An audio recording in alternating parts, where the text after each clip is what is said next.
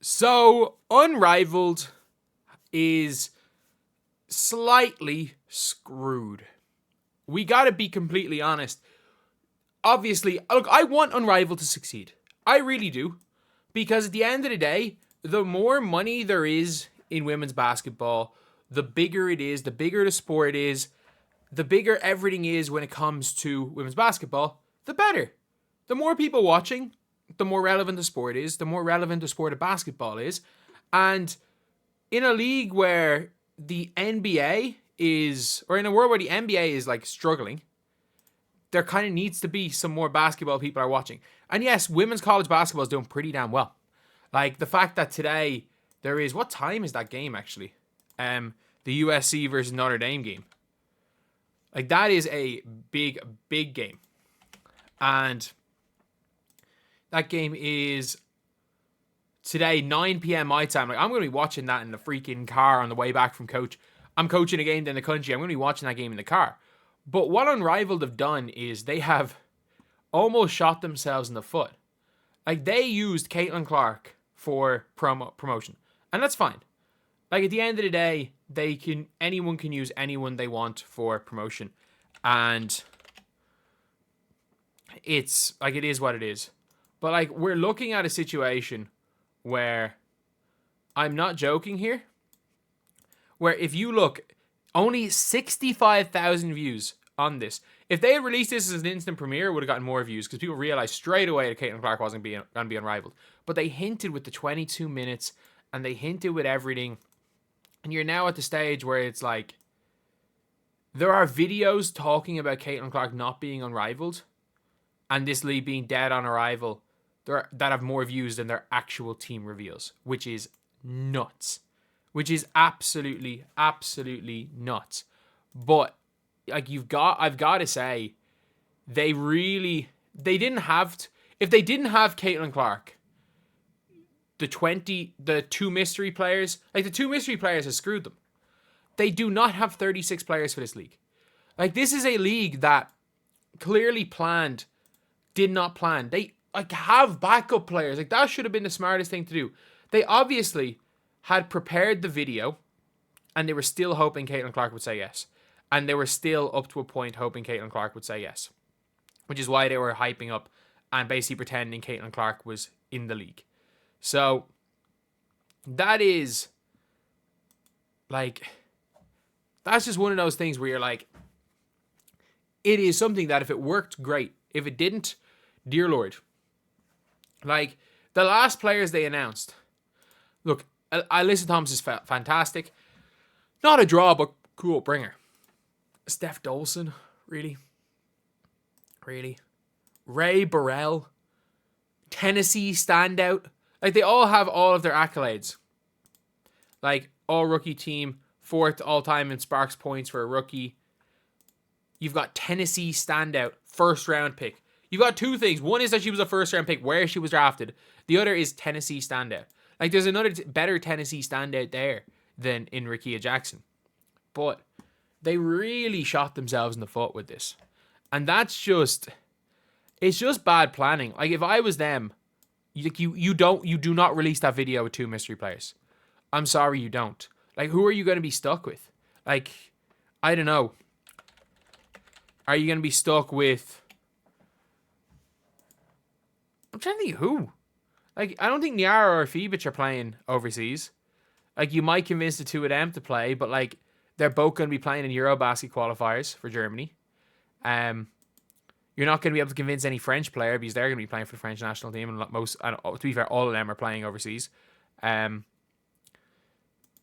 you going to somehow be able to convince, like, who's the biggest name in the WNBA that is a possibility?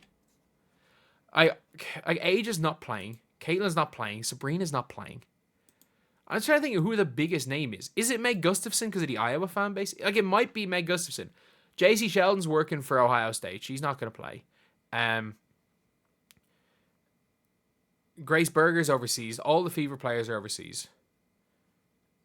The Lynx, Alana Smith's playing in China. Bridget Carlton, I think, is playing overseas. Onyenwere? Michaela Onyenwere? Is she the biggest name? I think Michaela Onyeawere and Meg Gustafson might be the two biggest names. Like they've really shot themselves in the foot now with these mystery players. Like they actually, because of the whole announcement of, oh, we got so much more funding for 6 extra players, and everyone thought, you know what? Oh, they got more funding? Wow, this has to be like, you've got Caitlin Clark, you've got a big player. And after announcing more funding, they announced Alyssa Thomas, Steph Dolson, Ray Burrell, and Jordan Canada. Like, I mean, even if you didn't expect anything, you could be disappointed at those players. But still, though, it's a bit of a shit show. I'm not gonna lie, it is a little bit of a shit show. And if you're Unrivaled, like, look, if you're a fan of all the players that are here, it makes absolutely no difference. But like, just from a standpoint of just how the league's going, yeah, we have announced the teams. We have officially announced all past the time of announcing all 36 players, and they don't have 36 players. Like, that is going to be a hard sell for to argue that the league's going well. Look, at the end of the day, the league could, like, they could go and play well. Like, the players could play well. Things could go well in general. And yeah, the league could be, they could go well. If people like watching it, it's going to go well, regardless. But to say that at this point, it's not being like a massive, massive failure in terms of like how they did the run out of players, the hype and stuff, because it is less hyped now than it was before they announced any of the players. And it seemed like they were just adding them as they went along instead of just finding all the players. And it seemed like they said, you know what, we got funding for 6 more players before actually finding 6 players. Like, that is the problem. Like, for funding for 6 players, you know, you kind of need 6 players. Oh. That's the only thing I say is, that's pretty much it. Let me know. Am I wrong? Are you guys excited for Unrivaled? Because you know what? I'll watch it. I'll watch the 3v3 full court. But I'm sorry, if I was a coach on this, if I was a coach in Unrivaled and I had a draft, I could guarantee you I would win. I could guarantee you. You know what? My first round pick doesn't really matter. I don't need a big. My first round pick, Satu, you're my center. You can shoot the 3-ball way better than Stewie and Fee. You are my center. Your job is to run up and down and shoot the ball. Second round, I need tenacity, defense, and I need someone that's going to sprint up and down the floor. Give me Jackie Young. I don't care. You can play defense and run. My third round pick, give me Dejanay Carrington. She's going to be available there in the third round. She's got length.